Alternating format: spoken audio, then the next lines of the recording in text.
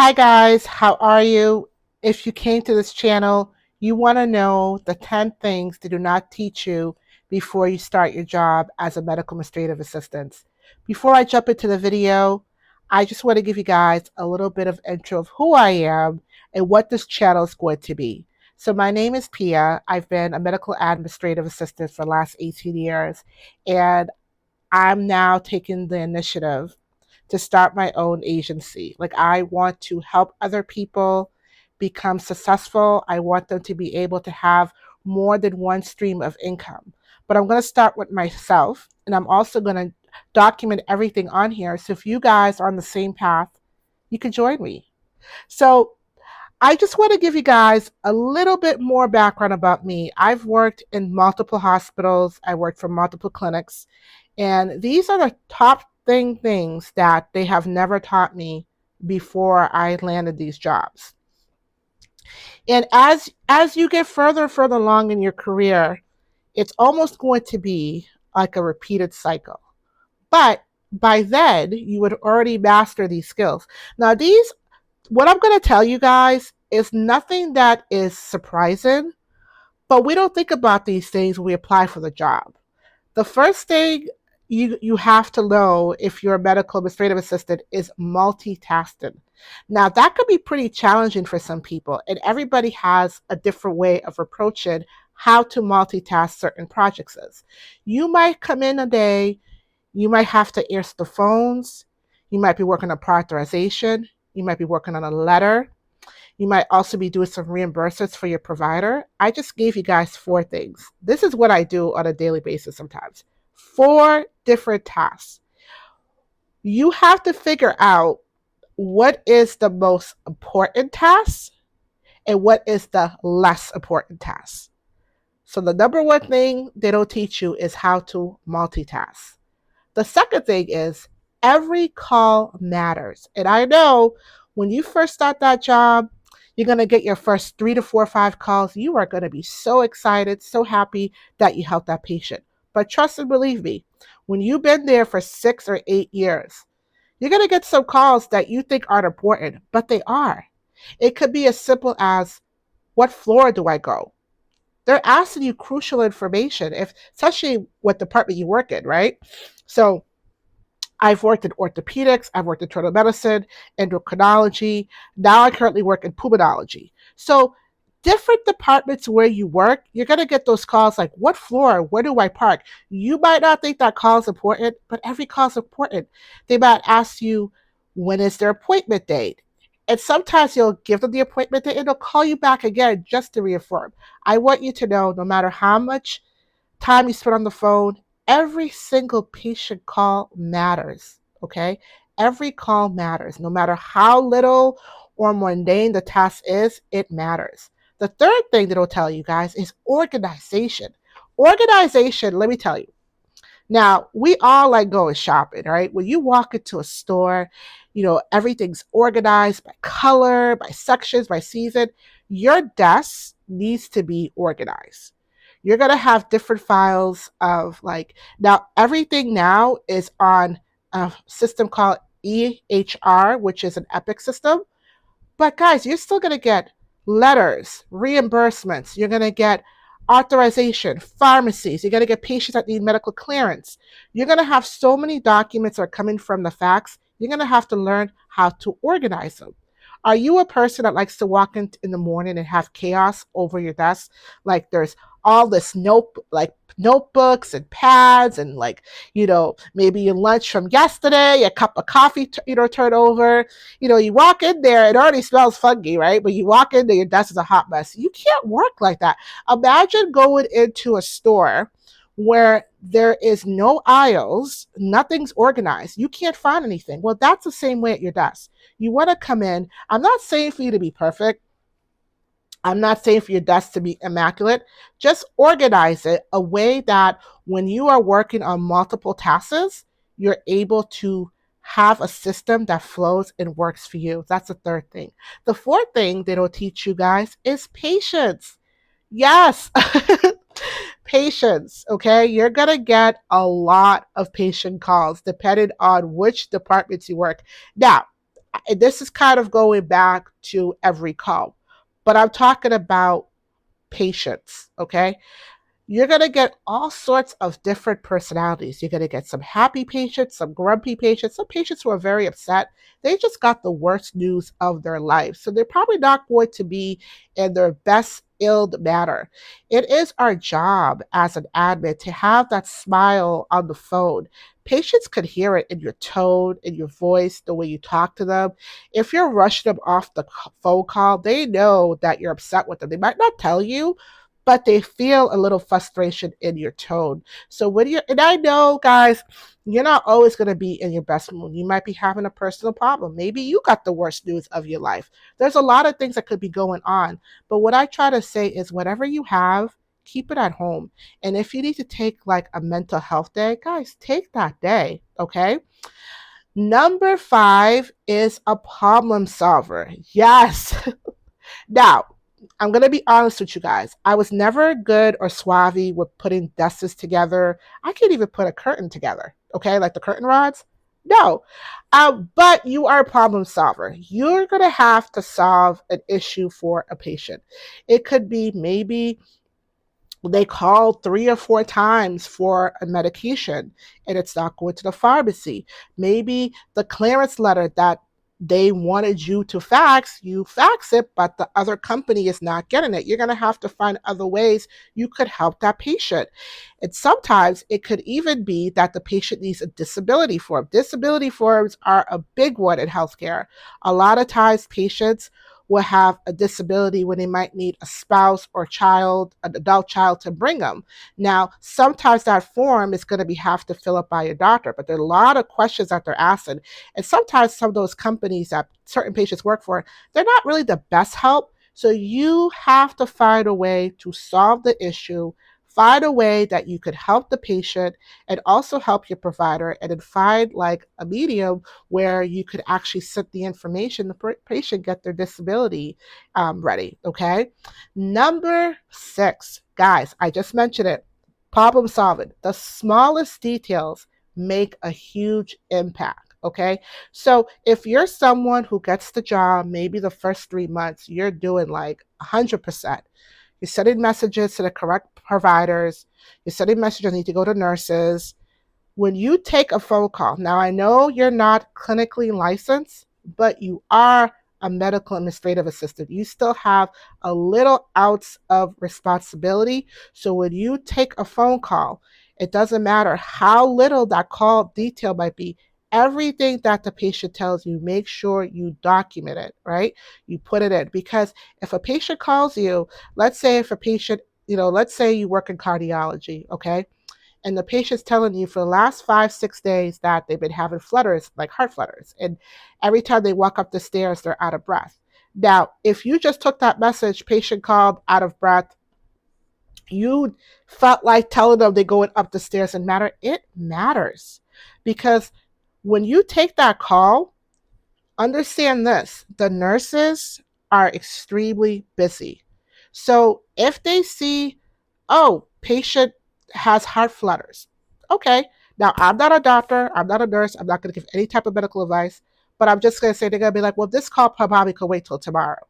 You forgot to mention that they're going up the stairs and they're losing breath. That is crucial information that you should have put in that note to tell the nurse. Because maybe that person probably can't wait till tomorrow. They probably have to go to the emergency room. If they're walking up the stairs and they're losing breath, they shouldn't be at home. There's some type of blockage that has happened. Now, I don't know the medical terms. And if you are a nurse and you're someone who knows it, go ahead, share it. I don't know it, but I know if they're having a hard time walking up the stairs, there's definitely a blockage going on. And a nurse will determine if that call needs to wait or if they need to come in. But this is what I'm telling you, little details do matter, guys. So the smallest details matter. Number 7 is you're always going to learn something new. That's the good thing about healthcare, especially now. AI is taking over healthcare. Don't get afraid if you are planning on becoming a virtual assistant or if you're becoming an administrative assistant in person, you are still going to have a job. Understand this. I know there's a lot of misinformation out there with AI taking people's jobs. You still, like, if you know how to use AI, and I think they have Claude, guys, that is a powerful tool.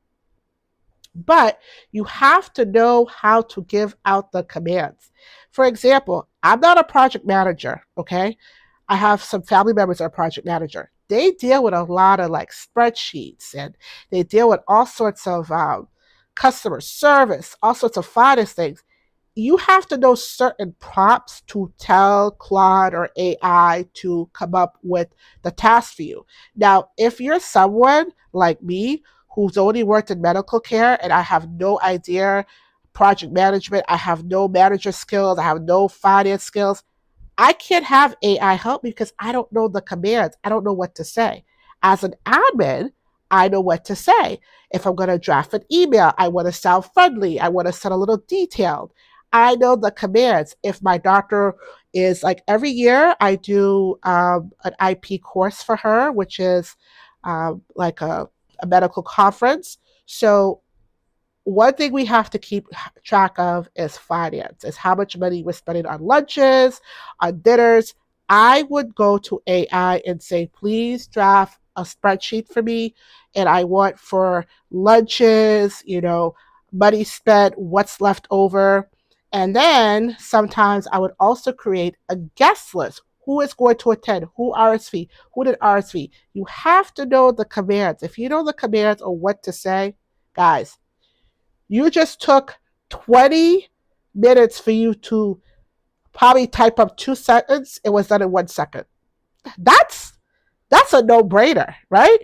So you learn something new. What I would say to you guys, please take advantage of the free AI courses that are offered online. Now I'm gonna give you guys, this is information you can find online. If you live in Massachusetts, please go ahead and make sure you go to massweb.com.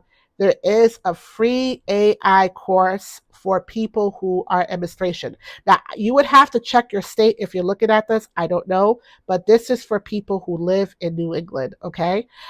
Here's another thing. Teamwork. Teamwork makes a huge difference, okay? Having now, when you, so I work in a very nice office. We are all respectful of each other. We work very well with each other. Now, I've worked in departments where it wasn't so nice. I worked in small departments. I worked in huge departments. I worked with over 200 member like staff when I used to work at the front desk and call center. I've worked in a small doctor's office where there was only 2 admins and then 4 doctors. I worked, it really depends. But let me tell you something. Your team members are your partner. You're going to need to go on vacation one day. You're going to call in sick. You're going to need time off. You're going to have to go to that person and ask them, could they cover for you? Having a good rapport with your coworkers, your teamwork, does make your job easier. You might get stuck on a task that you don't understand. Maybe the doctor had explained it to you, even but you still don't get it. So you have to go to your coworker, and if you have a good relationship with your coworker, they're going to help you. So remember, teamwork. Listen, there's never I in team, right? It's we, right?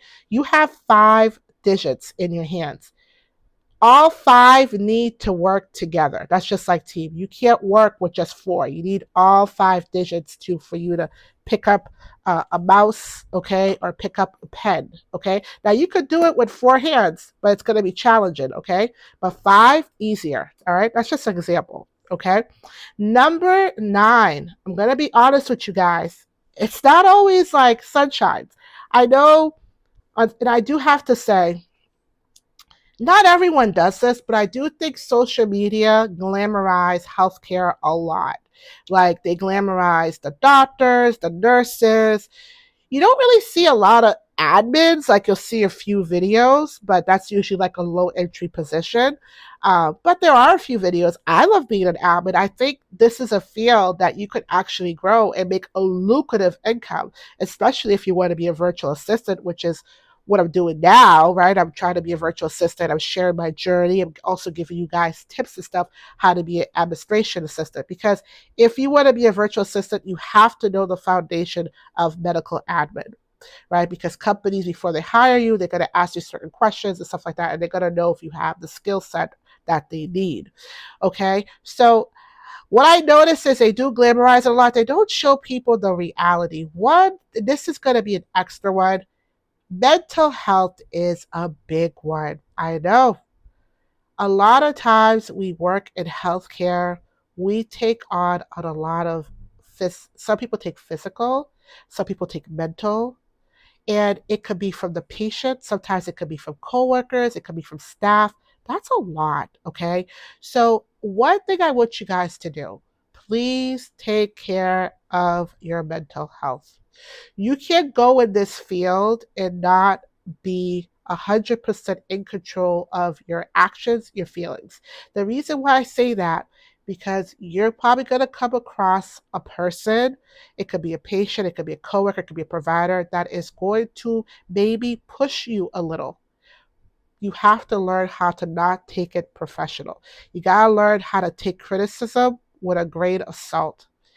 If a patient lash out on you, don't take it personal, because on the phone, this person doesn't know who you are. They never met you. They're frustrated, they're upset, they're scared of the situation. Now, I'm not saying for you to tolerate. There's a difference between altercation and, someone that blatantly wants to harm people. Please, if that's the case, follow your hospital, your clinic protocols. Every office has protocols that they do so people, for safety for workers and also for patients. So make sure you do follow those. But I'm just saying, your mental health, work out, go to the gym. Listen, take that day off, okay? Stop saving that vacation time. Take it off. Your job will still be there. No matter how good of an admin you are, no matter how much praise they give to you, if you were to drop dead today, that job posting would be up in seconds. Okay, they would just say, "Oh, she was a good worker. Got everything done," and then they move on. Please take vacation. Okay, if you wake up, you don't feel like going in, you don't have to go in. That's simple. They know you're going to call out. They know you're allowed a sick day. They know you're allowed a personal day. So if you don't feel good, do not go in. Sometimes it could be a sign from above. I'm a woman of faith, and I always believe God works in mysterious ways. It could be a sign. It could be preventing you for something to happen to you. It could have been a car accident. Maybe something bad could happen. You never know what would happen that day. So that's why if you don't feel good, don't go in. Number 10, I get this a lot, especially from some people I work with, and I do feel bad. When people say this, it really does something to me. Like today, for example, I work with this wonderful guy. He works at the front desk. I'm not going to give his name. I'm not going to say what department he works in, but he is truly a genuine person. He has a heart of gold. He does a lot for where he works, but I don't like the way he precedes himself. He told me today that he is nothing. I said, "What do you mean you're nothing?" I said, "You have a name, you have a purpose in life, you are somebody, you are something." And I think the reason why he said that, because his position is a low entry position. So he works at the front desk. I work at an admin job. We both have low entry jobs. But let me tell you something, guys. I don't care if you're picking up trash. It's the way you carry yourself. Okay. If you have the mentality that you are nothing and your job is nothing, guess what? That's how you're going to get treated back. If you glorify your job, you take pride in your work, you're happy to go to work, people are going to respect you. They're going to say, wow, this person really takes pride in her job. I may not get paid a lot of money. It's minimum wage. I'm going to be honest with you guys. And it's tough. There are days I go home. I said, how am I going to pay my bills? But I don't get discouraged. I find other ways to make income. This is why I want to create this channel. I working on multiple streams of income so I could be a lucrative person for myself. I have this channel that I'm working on. I have 2 other side businesses. I sell things. I also sell dolls. So I do look familiar, okay? But I want to tell you guys before I end this video, please do not just take an admin job and think it's over. I want you to take that job and find other ways for you to make lucrative income. I'm not selling you a course. All I'm asking you is just to subscribe, and you get free information. You don't have to pay anything. You get free inside information. And I do have other videos coming up where to land your first job, how to interview. I have so many videos coming for this channel. If you like this video, I want you to do three things for me. I want you to subscribe to the channel, like the channel, and give me a comment. Let me know how I did on my first video. Bye-bye.